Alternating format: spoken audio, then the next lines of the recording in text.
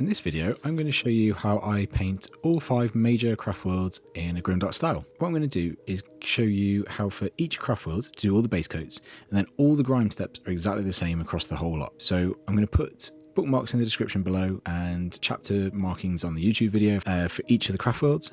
And then if you just skip through to the part where we do the grime and watch the rest of it from there, that'll cover how to do the craft world that you want to see.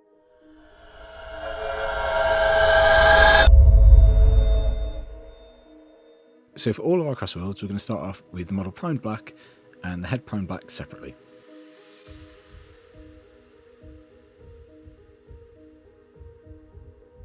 And then for all the heads, we're going to give them a coat of Liquitex titanium white ink. And for everything except for Ulthwe, we're going to give the body a heavy zenithal highlight, again with white ink.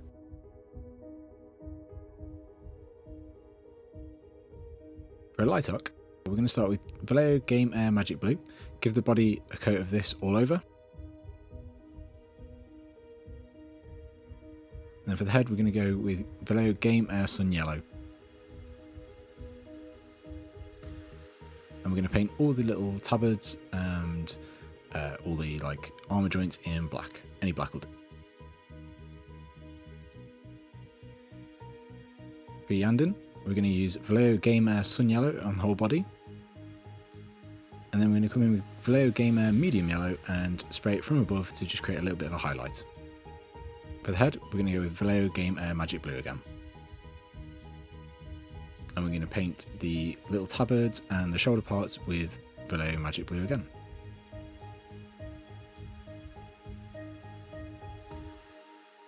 Saim-Hann, we're going to start with Vallejo Game Air Scarlet Red across the whole body.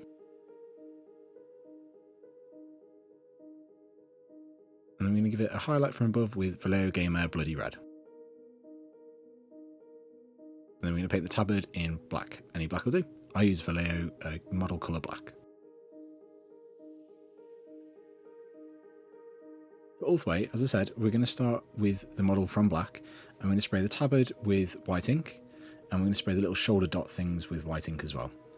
You can use a brush here if you're not confident with the airbrush. We're going to tidy up anyway afterwards. The white ink just covers it quickly.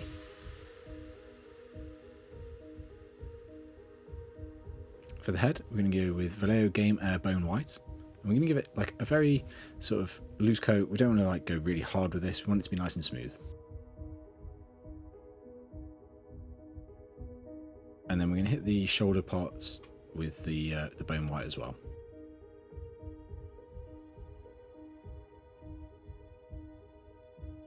And as I said, we're going to tidy it up with black. I'm using Vallejo model colour black here.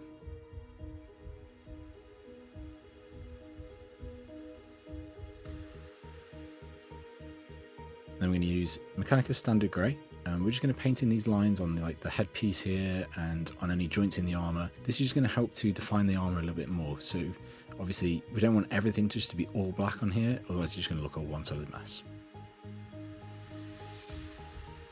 For Biel-Tan, we're going to come in with Vallejo Game Air Sick Green and give the whole body a coat with that.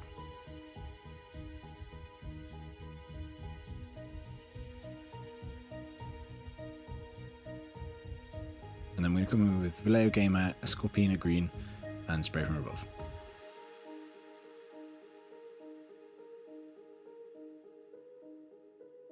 And we're going to use Liquitex titanium white ink on a couple of coats to paint the little tabard and some of the dots on the armour.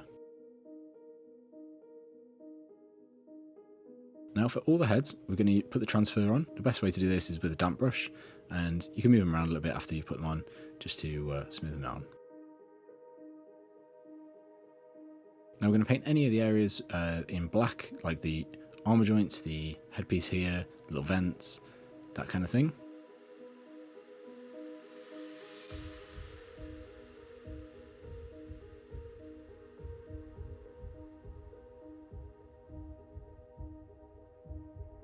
And then I like to paint this little bit here at the front of the armour in Retributor armour.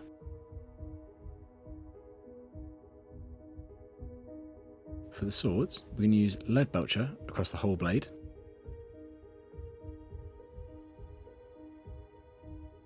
Whilst that's drying, give the heads a coat with gloss varnish.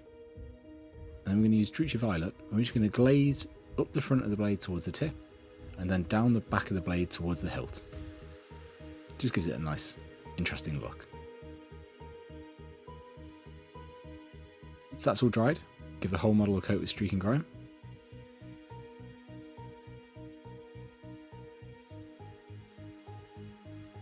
And then reduce it back with enamel thinner and a cotton bud.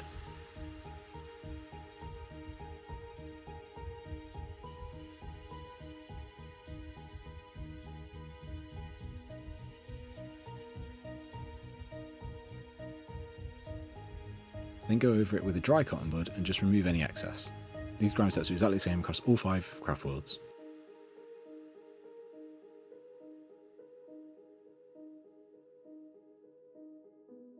Then we're going to come in with some dark streaking grime and just splatter it on the model in different places just to add some interest. This adds some modulation to the grime. It's nice to get it on the head as well. If you go a bit overboard, you can come in with a cotton bud and just rub it over, and that'll just remove some of the excess. If you go really overboard, you can always add some more thinner and that'll remove it as well. Then we're going to use any streaking rust product and just give it a wipe up the blades. And then we're going to give them a coat with neolite oxide, just loosely rubbing it across, then removing it down with a cotton bud.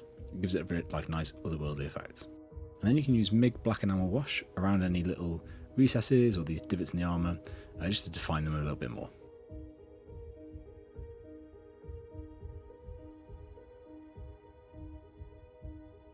For the base, we're going to do our standard, so it's Vallejo European mud, and then add some little bricks and barbed wire in there. And then give it a spatter with dark streaking grime and Kursk soil.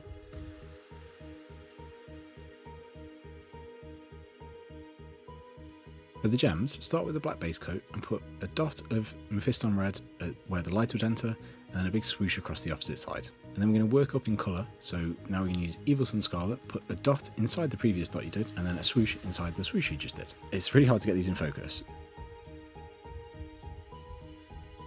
And then we're going to use Troll Slayer Orange, working up, again, another swoosh inside the swoosh, and a dot inside the dot. And we're just working up the colours from red through yellow towards white. So now we use Uriel Yellow, dot in the centre, and inside the swoosh. And then white inside the centre. And inside the swoosh. And give it a coat with gloss varnish. There we have it, there's our 5 Craftworlds. I hope you enjoyed the video, guys. It's a different type of video to what I normally do. I normally try and just focus on one thing at a time, so doing 5 Craftworlds in one video was a bit different, but hopefully you found it useful. If you've got any questions, please leave them in the comments below, and it'd be really appreciated if you could drop me a subscribe, that'd be great. You can find my socials and affiliate links in the description below as well. Thanks very much, see you next time.